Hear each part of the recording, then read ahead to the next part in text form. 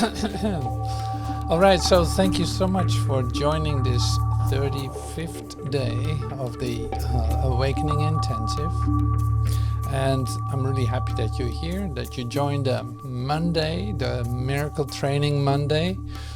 And we start this with reading some review of the first 50 lessons, so part of it, because it's so helpful to immediately take the thought by its root, so to speak, and rip it out, or and let it go. That's more likely.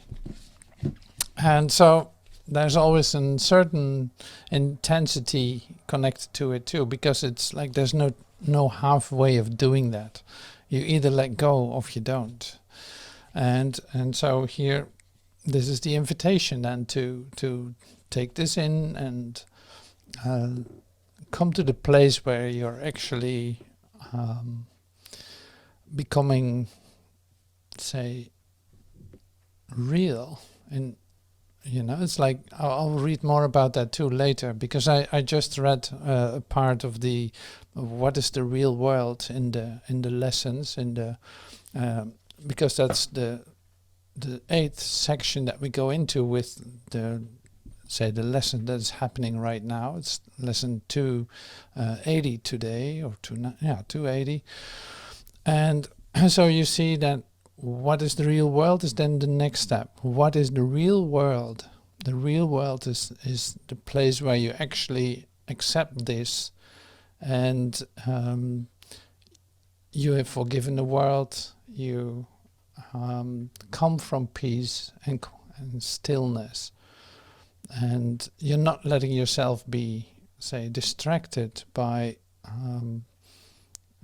human reference. So this is one part this is where we go to, where we're actually heading to this place where that is manifested, where that is a reality for you. And so not to end up in a mental construct, I want to break it loose immediately again with today's mind training. So I'm actually reading something from chapter 13. Which is not directly a lesson, but it certainly has a connection with many of the lessons of A Course in Miracles. So, slowly but certainly, we go into the mind training right now. So I want you to relax and to let this happen to you, to let yourself be affected by it, to take time to release what is being asked of you. So and that's not a mental activity. It's more like you don't even know what comes up for you to let go of or how to do this. But so the mindset is then letting go instead of defending, forgiving more than attacking, and so on. So, and then we come to the fundamentals of our thinking. So, like, it's really basic what we're doing. It's the fundamentals of our thinking. Everything that you have given value had no value after all. Temporarily it had value to you, but that's not its reality. Like, it's the reality of you has in fact nothing to do with your thoughts about it or your thoughts in general. And that is a bit of an ego deflation, really. It's not a very popular thing to let go of your thoughts, since you created them to be something, and you know something, and you are something according to your own definitions of yourself. So now this is going to be undone step by step, more and more, deeper and deeper into every detail. Like it's amazing how deep that goes. There's literally, say, from the root up, it is going to be undone. And not as a unpleasant activity, or not as something that is like, wow, that's taken away from me. Not at all. So this is really like you want to know the truth about yourself. Otherwise you would not be here in this, at least in this program. You want to know the truth about yourself. You want to experience that in every step that you take. You want to feel the present that is surrounding you. You want to feel the love which created you and which you are. So this is interesting. So today in chapter 13 we dive a bit into the setup of the Trinity, in fact, your Christ mind, Holy Spirit and God. So how actually does that work? Because it's the basis of a lot of the lessons too. And of course it's getting to know yourself as in, say, totally connected whole part of everything. So before that we do a bit of the mind training. So I'm reading some of the review lessons, and I start here. I think it's lesson 15, the review of that.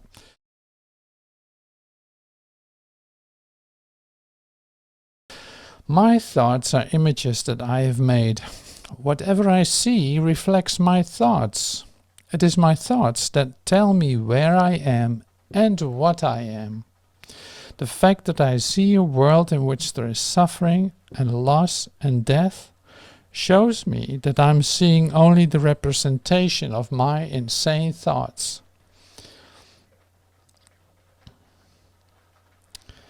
And am allowing my real thoughts, and am not allowing my real thoughts to cast a beneficent light on what I see.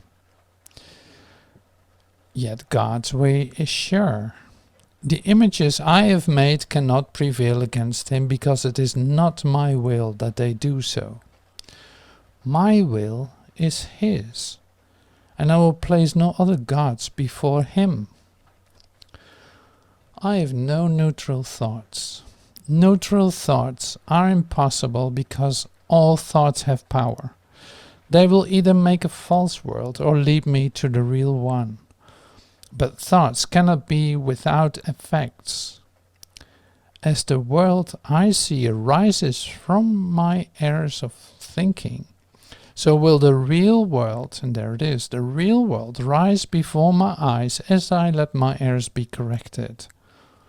My thoughts cannot be neither true nor false. They must be one or the other. What I see shows me which they are. I see no neutral things. What I see witnesses to what I think.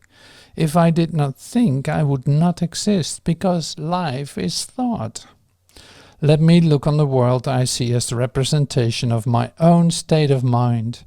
I know that my state of mind can change, and so I also know the world I see can change as well. I am not alone in experiencing the effects of my seeing. If I have no private thoughts, I cannot see a private world. Even the mad idea of separation had to be shared before it could form the basis of the world I see. Yet that sharing was a sharing of nothing. I can also call upon my real thoughts, which share everything with everyone. As my thoughts of separation call to the separation thoughts of others, so my real thoughts awaken the real thoughts in them. And the world my real thoughts show me will dawn on their side as well as mine. I am not alone in experiencing the effects of my thoughts. I am alone in nothing. Everything I think or say or do teaches all the universe.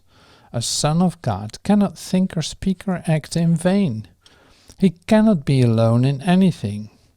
It is therefore in my power to change every mind along with mine.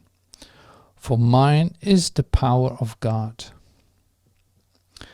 I am determined to see. Recognizing the shared nature of my thoughts, I am determined to see. I would look upon the witnesses that show me the thinking of the world has been changed. I would behold the proof that what has been done through me has enabled love to replace fear, and abundance to replace loss. I would look upon the real world and let it teach me that my will and the will of God are one. So these are 5 lessons of the review. You can see how great that is. Like, so incredible what it shares. And here you hear the word real world.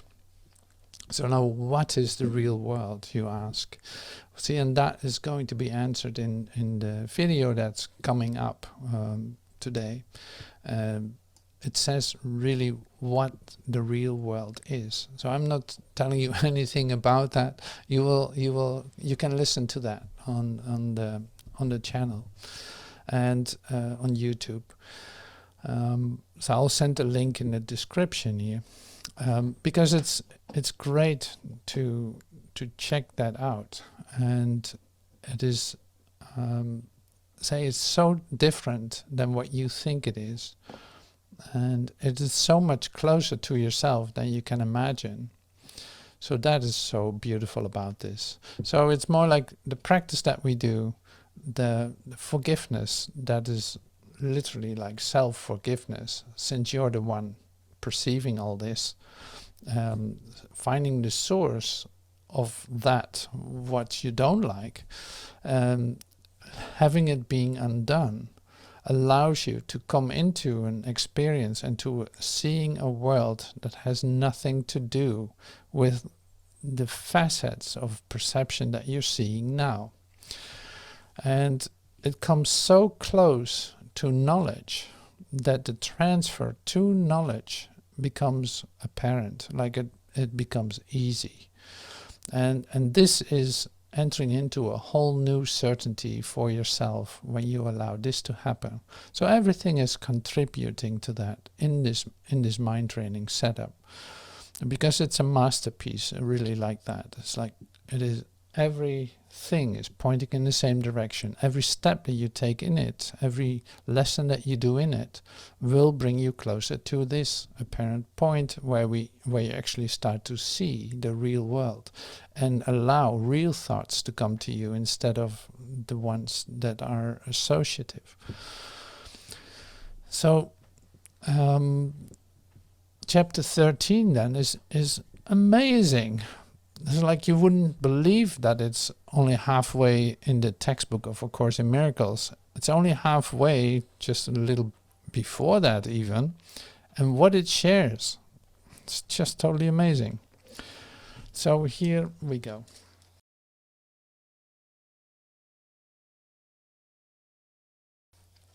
So this is on page 137 from the Urtext manuscripts. And it starts with this, pretty surprising too.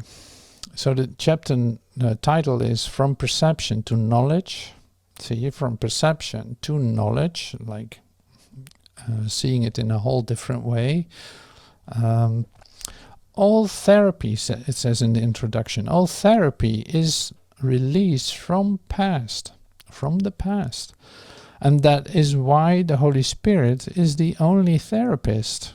He teaches that the past does not exist, a fact which belongs to the sphere of knowledge, and which therefore no one in the world knows. It would indeed be impossible to be in the world with this knowledge, for the mind that knows this unequivocally knows that it dwells in eternity, and utilizes no perception at all. It therefore does not consider where it is, because the concept where does not mean anything. It knows that it is everywhere, just as it has everything, and forever. Okay, so I think we can spend some time here. See, this is only the introduction. So it's totally mind-blowing. It's like, this is the introduction, only the first paragraph of the introduction, and look what it says.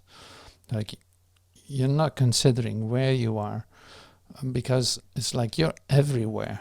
You're everything. You're in all things. You're connected to every aspect of creation. And only by really wanting to be a separate entity, like a human being, only by really wanting to be a separate entity, you can, if you want to. But it's a lot of work.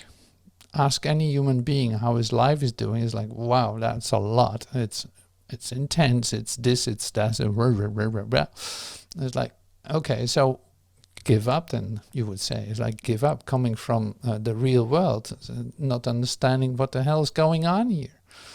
Like, what is going on here? You try to be a separate entity, and it hurts a lot, and you feel lonely, and you lose your connection, and you're continuously worrying about where you are, what you're supposed to do, who you are, and also the ones that are with you, you're afraid of losing them, or you see them pass away and think that they're gone.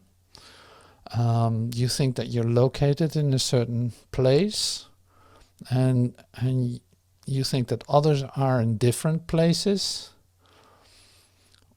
You accept complexity, thinking that, well, we just got to deal with it, and it is complex, and it's only increasing in complexity, but we are able to deal with that.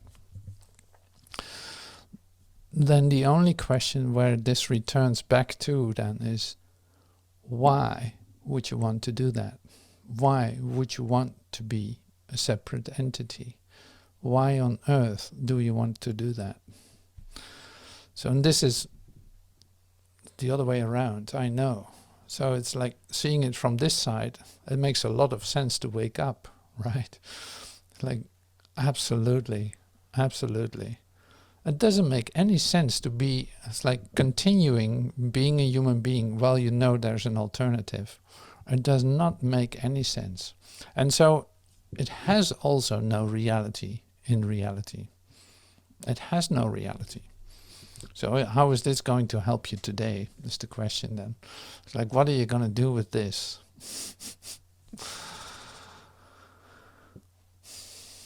Maybe it pushes you to think and to take a look at, what on earth am I doing? Or is there a way out of this? Yes, there is. You're not in it, in fact. This is what this says, and more becomes your experience.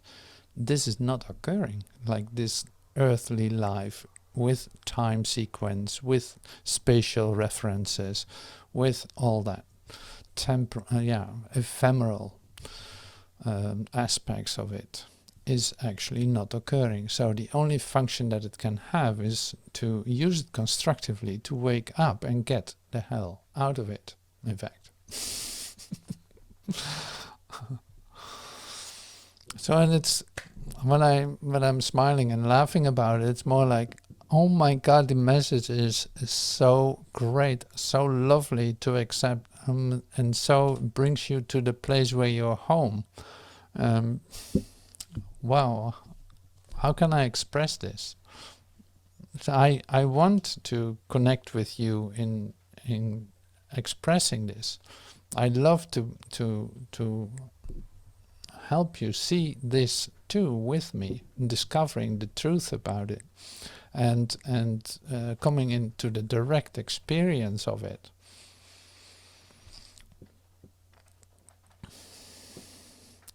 But it's the same as when you have a certain filter, like you can't see it, or you have these beautiful, say, stories about shamans seeing ships coming to the island, and the inhabitants of the island don't see them because their minds are too closed in order to see them. They have no reference of a ship. So how could they possibly see a ship? You know, this is a nice reference for this too. It's like the fact that you're blinded by the world and by sin and by guilt and by loneliness and separation.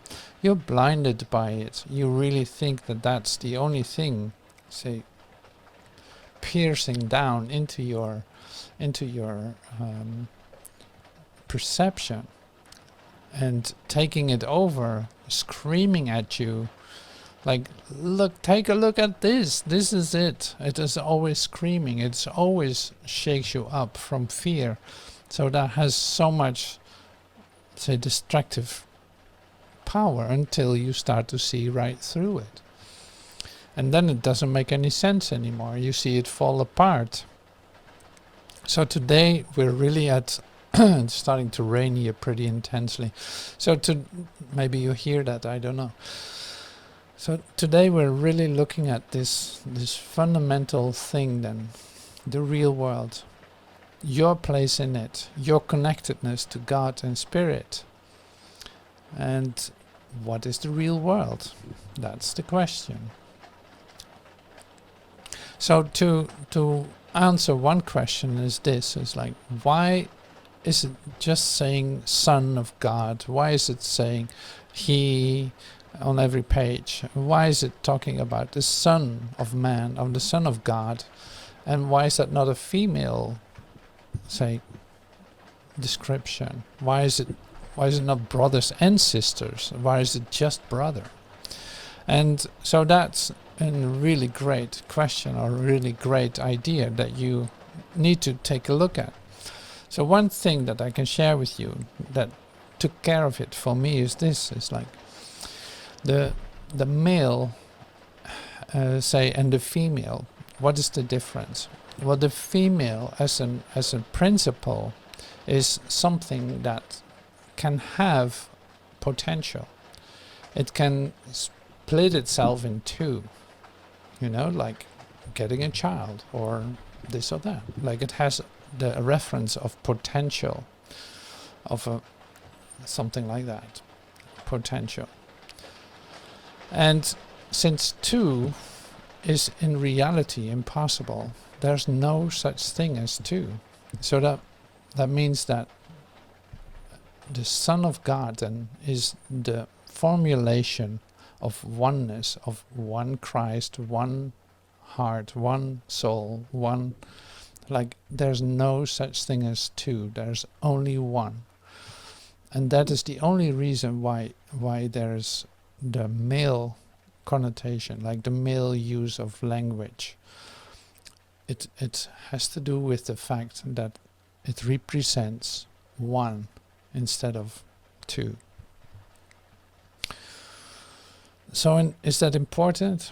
Well, it makes it easier to listen to it, probably. It is telling you about your true nature, and it has nothing to do with gender. So that's the most important part. It has nothing to do with gender. It is a description of your wholeness, and a reference to your wholeness. But see, does that describe truth? No. It is a symbol, just like all language is a symbol. So it is always a step away from truth itself. It's like, to make that easier to understand is this. Being in an experience of oneness, you know there's only one. So you would care less about any description, in fact. So that dissolves in your experience of oneness. So I hope that answers your question about the male descriptions in the Course. So it has nothing to do with gender, it has just to do with the idea of one.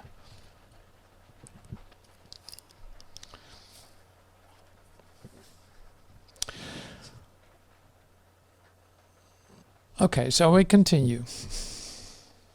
Okay, so in the first paragraph where I was sharing with you about, it says, he teaches that the past does not exist.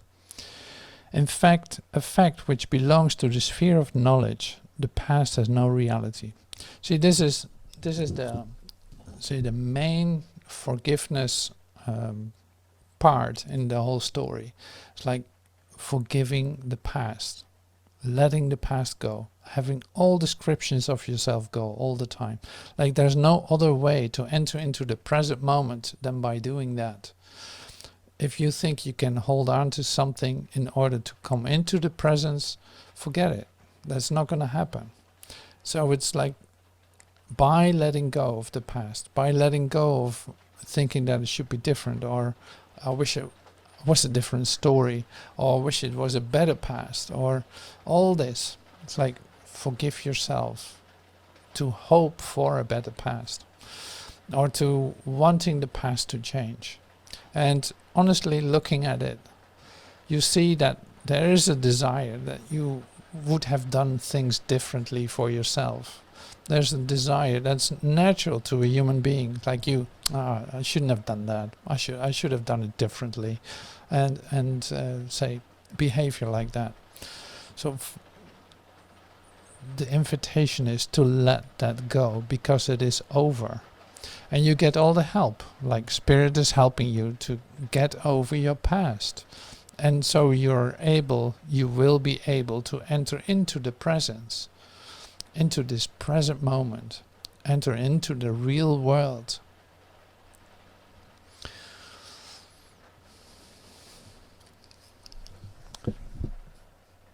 See, and then the lessons that we see, I see only the past, lesson 7.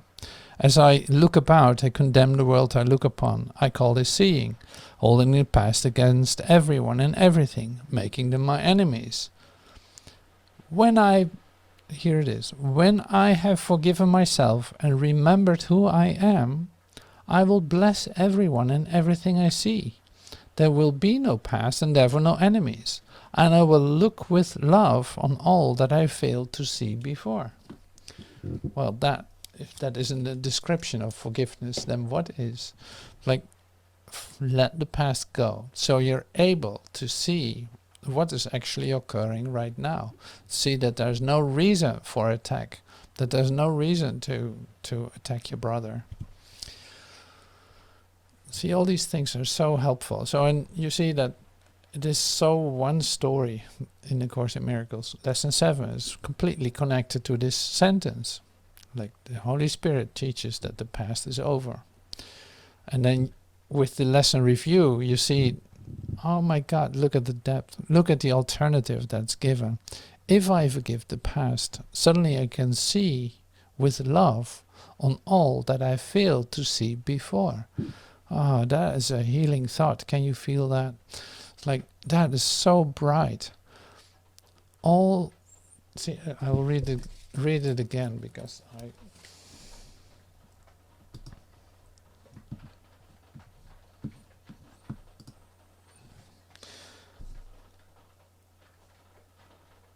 I will look with love on all that I failed to see before. I will look with love on all that I failed to see before. So this is where you are forgiving. Like, this is your invitation to start to look with love on all that you failed to see before, because your eyes were blinded by your thinking that you're right, or thinking that it should be this way, or who knows what you have been thinking. So here it is. Look with love on all that you failed to see before. All that you failed to see before. No exceptions. If that isn't forgiving your past, it's amazing. So there's a way of doing that. You need help with that. You have to get over your defenses and all that. So I continue, because we're doing good. He teaches that the past does not exist, a fact which belongs to the sphere of knowledge, and which therefore no one in the world knows. It would indeed be impossible to be in the world with this knowledge, for the mind that knows this unequivocally knows that it dwells in eternity and utilizes no perception at all. It therefore does not consider where it is. Oh yeah, that was what I was sharing about. So an important thing then is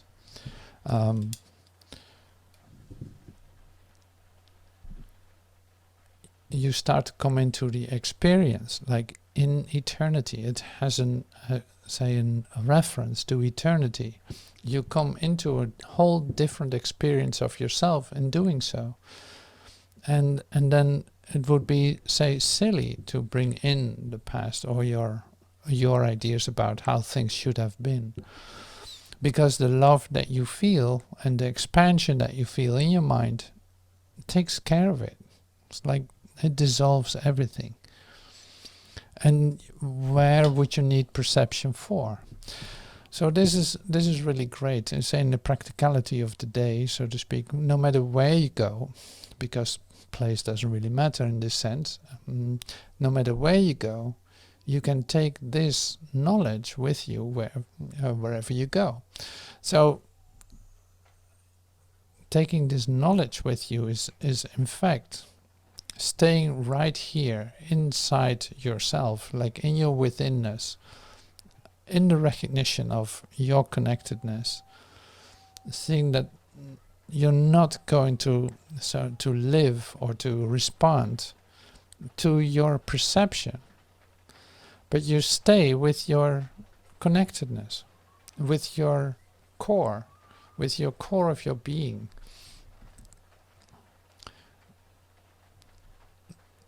If anything needs to be shared or said, it will be given to you. But in fact, you start to see in a loving way. So everything is contributing to that, because in fact all of it is it itself, or a scream about it. Like it is love itself that you're watching, or it is to ask for love, something asking for love. And this is where your function can come in then, to give it in the moment that you hear the call for love. So it is either love or the call for love. And coming with your new perception, or with your new idea, perception, I shouldn't use that word, but coming with your new feeling about yourself, your new discovered knowledge, coming from your withinness, entering into places, what appear to be places, you just want to add your love to it and not anything else. You want to see through loving eyes, discovering what you've never seen before. This has no exception in where you're going or who you meet. No, it has no exception. Every time you make an exception and think it's not part of it, you are back in hell. Yeah. So that's great training. And every day is a new day for that, to just practice that. Like, can I come from a loving place to see the thing that I haven't seen before? Or am I going to take my old ideas with me and attack everyone around me? No, I don't want to do that anymore.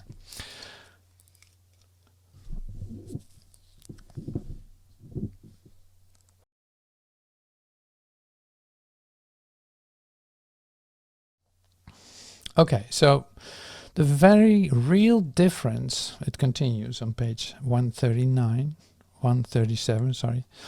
The very real difference between perception and knowledge becomes quite apparent if you consider this. There is nothing partial about knowledge.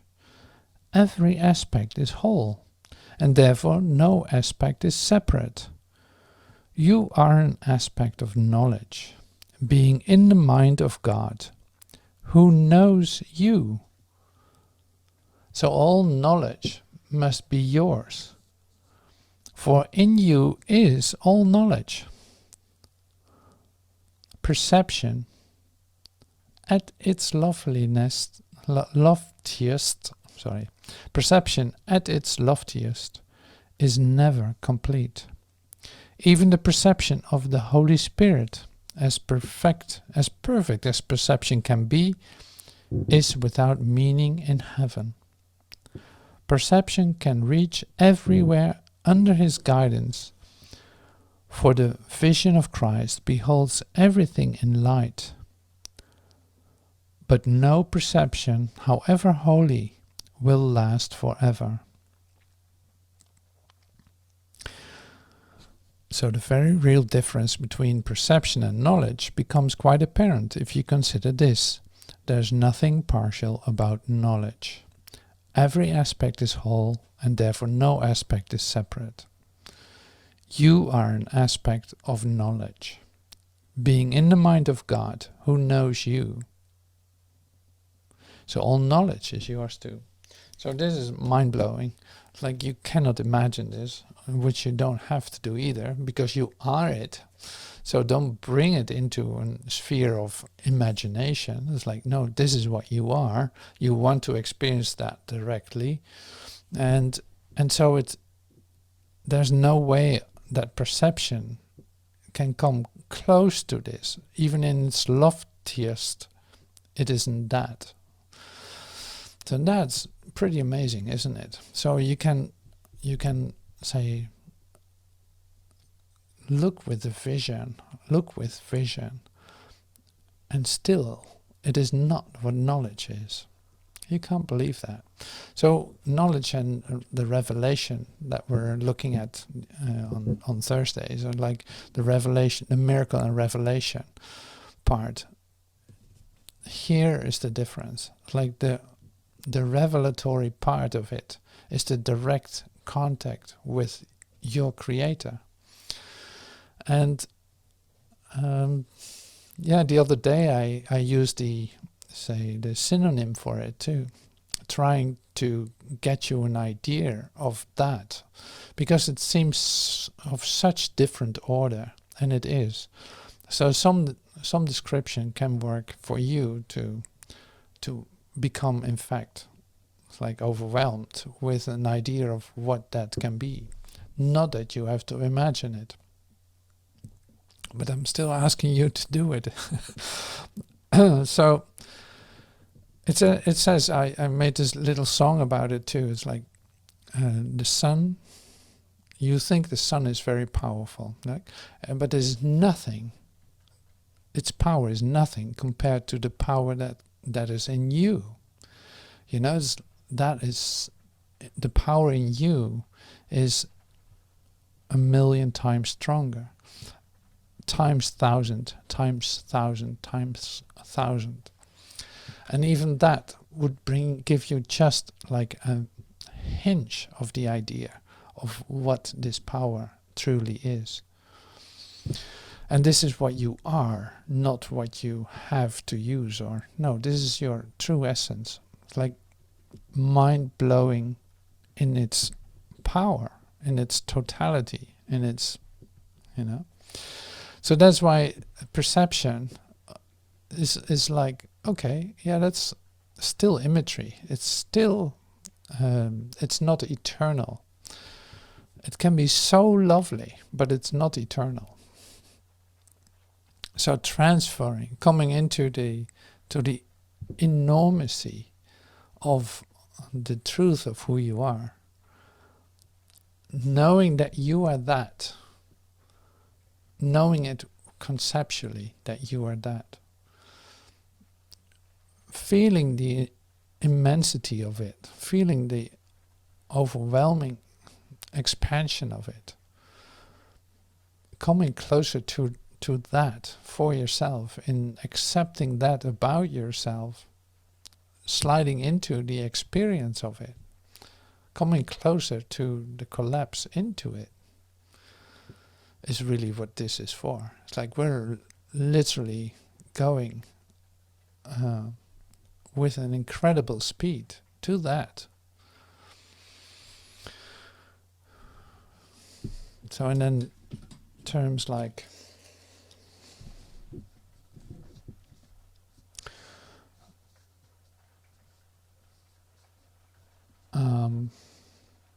even the perception of the Holy Spirit, as perfect as perception can be, is without meaning in heaven. Perception can reach everywhere under his guidance, for the vision of Christ beholds everything in light. But perception, however holy, will last forever. But no perception, however holy, will last forever. Every aspect of knowledge is whole, and therefore no aspect is separate. You are an aspect of knowledge, being in the mind of God who knows you.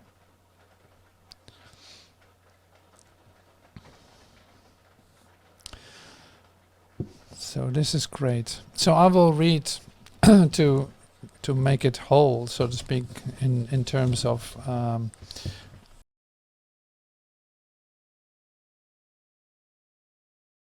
the real world. What is the real world? I might as well just read it. The real world is a symbol, like the rest of what perception offers. Yet it stands, so it's on page 405 of the Urtext manuscripts. Yet it stands for what is opposite to what you made. Your world is seen through eyes of fear, and brings the witnesses of terror to your mind. The real world cannot be perceived except through eyes forgiveness blesses. And so they see a world where terror is impossible, and witnesses to fear cannot be found. The real world holds a counterpart for each unhappy thought reflected in your world, a sure correction for the sights of fear and sounds of battle which your world contains. The real world shows a world seen differently, through quiet eyes and with a mind at peace.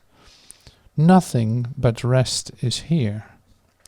There is no cries of pain and sorrow heard, for nothing here remains outside forgiveness. And the sights are gentle. Only happy sights and sounds can reach the mind that has forgiven itself. What need has such a mind for thoughts of death, attack, and murder? What can it perceive surrounding it but safety, love, and joy? What is there it would choose to be condemned, and what is there that it would judge against? The world it sees arises from a mind at peace within itself. No danger lurks in anything it sees, for it is kind, and only kindness does it look upon. The real world is the symbol that the dream of sin and guilt is over, and God's Son no longer sleeps. His waking eyes perceive the sure reflection of his Father's love, the certain promise that he is redeemed. The real world signifies the end of time, for its perception makes time purposeless. The Holy Spirit has no need of time when it has served his purpose. Now he waits but at one instant more for God to take his final step, and time has disappeared, taking perception with it as it goes, and leaving but the truth to be itself. That instant is our goal, for it contains the memory of God. And as we look upon a world forgiven, it is he who calls to us and comes to take us home, reminding us of our identity, which our forgiveness has restored to us. So now I did share it with you, so you don't have to wait any longer.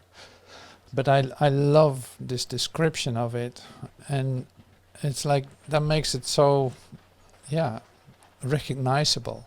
It is not the real world can sound so far away. It's like, no, this is so close to you. Give up your attack, give up your defenses, forgive yourself, give up all hope of a better past or a better future. Like, give all that up, let it go, forgive yourself from these thoughts that you have, and you'll enter automatically into the real world, where your mind is at peace, where things are forgiven, and you will look with loving eyes on what you've never seen before. So this is how this then comes together as the mind training continues. Like, wow, the real world. Okay, so that's a goal that we want to achieve, the real world. This is the reason why we teach perfection. Like, we teach continuously waking up, recognizing the truth of who you are. I'm as God created me. I'm not a body, I'm free. I rest in God. Teaching truth continuously to come to the place where you actually see, oh my God, I have every reason to let go and to forgive, because I want to be in the real world. Until the last step will be taken by God Himself. And then there's no perception left anymore. So we continue with that. So thank you so much for being in this mind training Monday with me. And I hope to see you soon. Thank you so much.